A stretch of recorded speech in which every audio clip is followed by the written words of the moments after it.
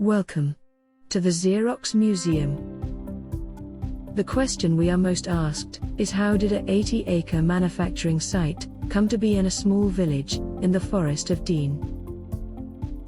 The story starts with the Forest Brewery Company, who built the brewery in 1868. The brewery, owned by the Wintle family, was in operation until the early 1930s. By 1939 the buildings were used for storage only. With the outbreak of World War II, businesses were encouraged to leave London. As a result, British Acoustic Films moved from Woodger Road to Mitcheldean into the vacated brewery.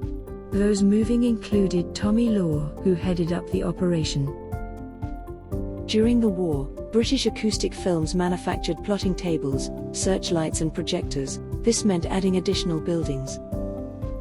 By the end of the war, around 250 people were employed. British Acoustic Films later became a part of the Rank organization. With a highly skilled workforce, they agreed a contract with Bell & Howell in the United States to manufacture cine cameras and projectors under license.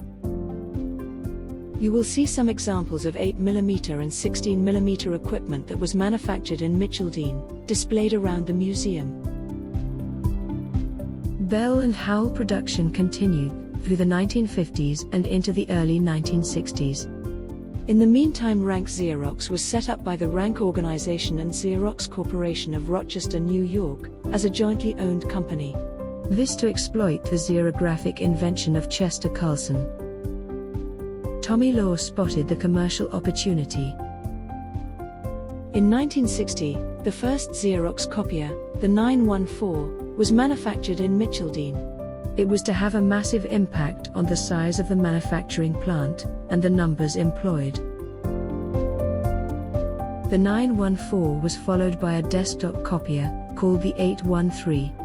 A substantial desk was required as the 813 weighed 80 kilos. The plant expanded very rapidly under the leadership of Fred Wickstead. He was known as the architect of Mitcheldean. Employment peaked at 5,000 staff and production units exceeded 1 million. Production of Xerox equipment continued for 4 decades. Regrettably, copier and printer production ceased in 2002. The plant was sold and became the Vantage Point Business Village. Fuser roll production continued until 2010. In 1990, Xerox Business Services opened a large scanning bureau to provide a large and complex document management solution to the European Patent Office. 30 years later, this facility remains the only Xerox presence on site, employing 150 staff and processing in excess of 100 million documents per year across 30-plus Xerox customers. The physical timeline around the walls of the museum and the interactive timeline now available tells the story from 1868 through to today, in much more detail.